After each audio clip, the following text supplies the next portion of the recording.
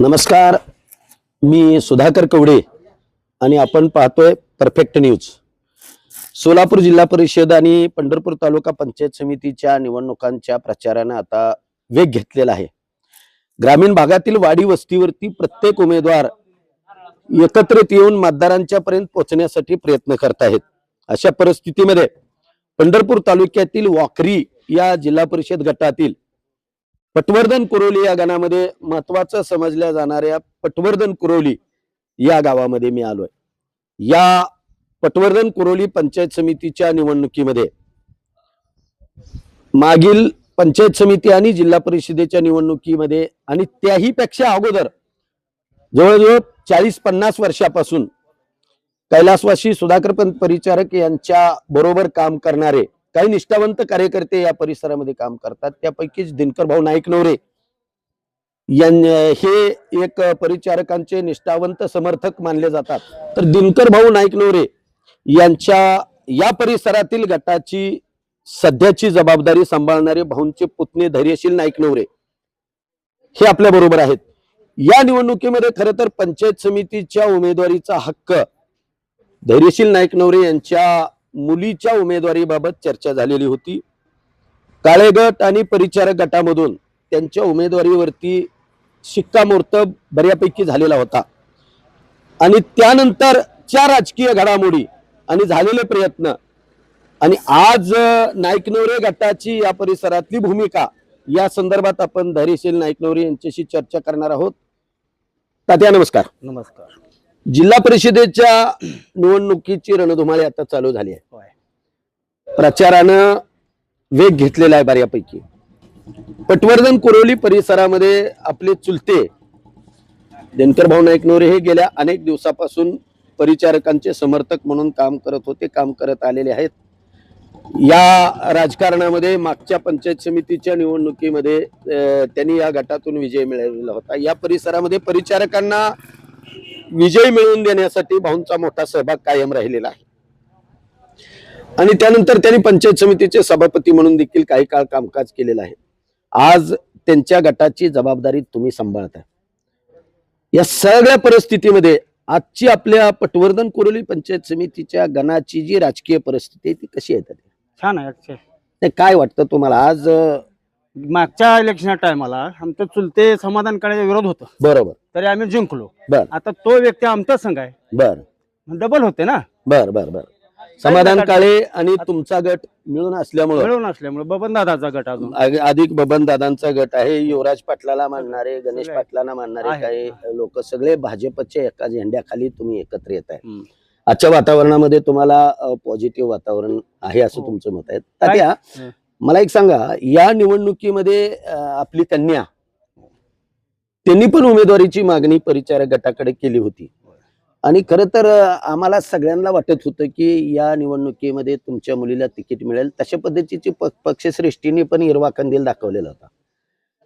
काळे समर्थक असतील किंवा परिचारक समर्थक असतील, या दोन्ही गटाकडून आपल्या उमेदवारीची शिफारस झालेली होती, पण अचानकपणानं तुमची या निवडणुकीतून थोडीशी माघार झाली। त्याचं नेमकं काय कारण? त्याचं कारण मी नेत्याला विसरणारा न माणूस आहे, निष्ठेला काम द्यायला। बरोबर, नेत्याला सांगितलं बरं कोण नसेल तर मी आहेच, बरं, आणि कोण काय करत असेल, अडचण येत असेल तर मी माघार घेतो। माझ्या चुलत्याला पंढरपूर मार्केट कमिटीचं 5 वर्ष चेअरमन म्हणून झालं, हो सभापती होते, परंतु पंचायत समिती सभापती झालो। बरोबर, मी 5 वर्ष मार्केट कमिटी संचालक होतो, बरोबर, अजून भरभरून आमच्या गावाला दिलेला आहे। बरं, तुम्हाला अडचण येत असेल तर काय नाही, आणि राहा म्हणत असेल तर आम्ही तयारी आहे।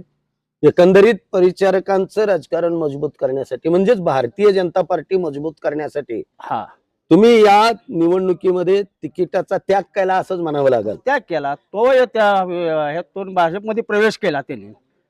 त्यांना तिकीट द्यायचं काय अडचण आहे का मला विचारलं, बरं का, काही सुद्धा अडचण नाही। म्हणजे आम्ही भाऊ चुलत्यासाठी पळलो, त्याच्यापेक्षा डबल आम्ही आता कल्याणराव काळेंचा गट, गणेश पाटलांचा गट, एकंदरीत रणजित शिंदेना मानणाराही इथं काय वर्ग आहे, हे सगळे एक दिलाने या निवडणुकीत काम करताना दिसत करणार ना।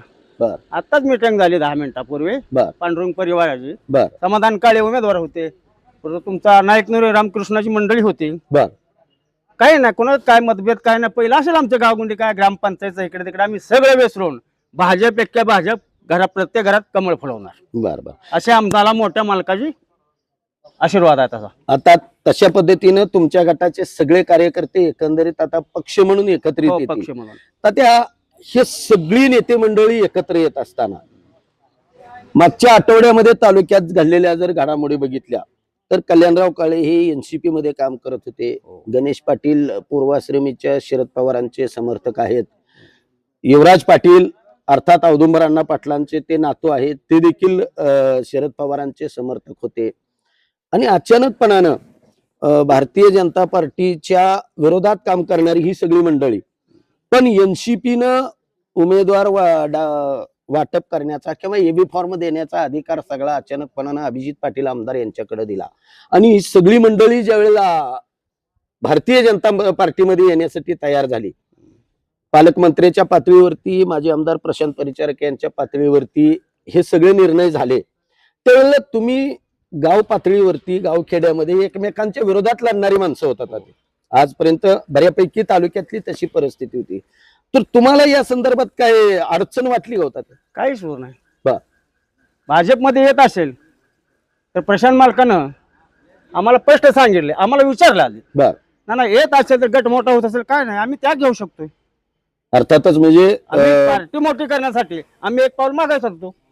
नेत्यांनी घेतलेला निर्णय हो, आणि पण नेत्यांनी तुम्हाला विचारात घेऊनच हा निर्णय हो, घेतला. विचारात घेऊन नेत्यांनी केला. सुद्धा काय तुमच्या घेऊ का काय करू त्या, घेतलेला नाही. एका सेकंदात सगळ्यांनी सांगितलं घेऊन टाका. बर. हो. हा जिल्हा परिषदेच्या गटामध्ये आणि एकंदरीत तालुक्यामधली ही जी काही परिचारकांच्या कार्यकर्त्याची भूमिका आहे, तर तुम्ही अर्थातच तुम्ही काय कुरोली पुरतं मर्यादित काम करत नाही, हो, तुम्ही ऑल ओव्हर तालुक्यामध्ये काम करता. परिचारकांच्या गटाची तालुक्यात सगळीकडे हीच भूमिका राहील. हो, सगळीकडे राहणार ना. बर. हो, सगळीकडे राहणार. परिचारक मोठ्या मालकाचा शब्द होता, लबाडी कधी करणार नाही. होय होय, नाही नाही, तसा प्रशांत मालकाचा आहे. बर. आता भविष्याच्या राजकारणामध्ये तुम्हाला इथले स्थानिक उमेदवार हो. ज्या प्रियंका नाईक नवरे आहेत, त्यांचेही पती सासरे जे आजपर्यंत तुमच्या विरोधात लढत होते ते देखील आज बैठकीला उपस्थित होते. ही निवडणूक पार पडल्यानंतर ज्या स्थानिक स्वराज्य संस्थेच्या निवडणुका असतील, तुमच्या गाव पातळीवरच्या सोसायटीच्या निवडणुका असतील, त्या देखील तुम्ही मिळून करण्याचा जो आता निर्णय घेतला, तो मिळून होऊन पार्टी एकंदरीत आता परिवार ही संकल्पना बाजूला ठेवून भारतीय जनता पार्टी तालुक्यामध्ये मोठी होण्यासाठी या सगळ्या गटांचा एकत्रित परिणाम होईल असं वाटतं. आम्ही आता गट बीट काय नाही, बर.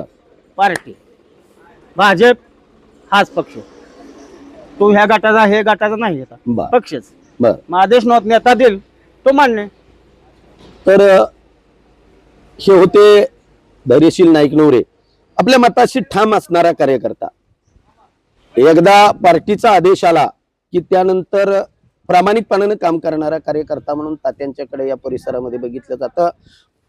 एकदा आदेश आणि काम करायला सुरुवात केल्यानंतर परिणामाची कुठलीही तमा न बाळगता स्वतःच्या राजकारणाचं थोड्याफार प्रमाणात नुकसान जरी झालं तरी पार्टी मोठी होत असताना ते सहन करणारा कार्यकर्ता म्हणून या परिसरामध्ये तात्यांची ओळख आहे. त्यांची भूमिका आपण जाणून घेतलेली आहे.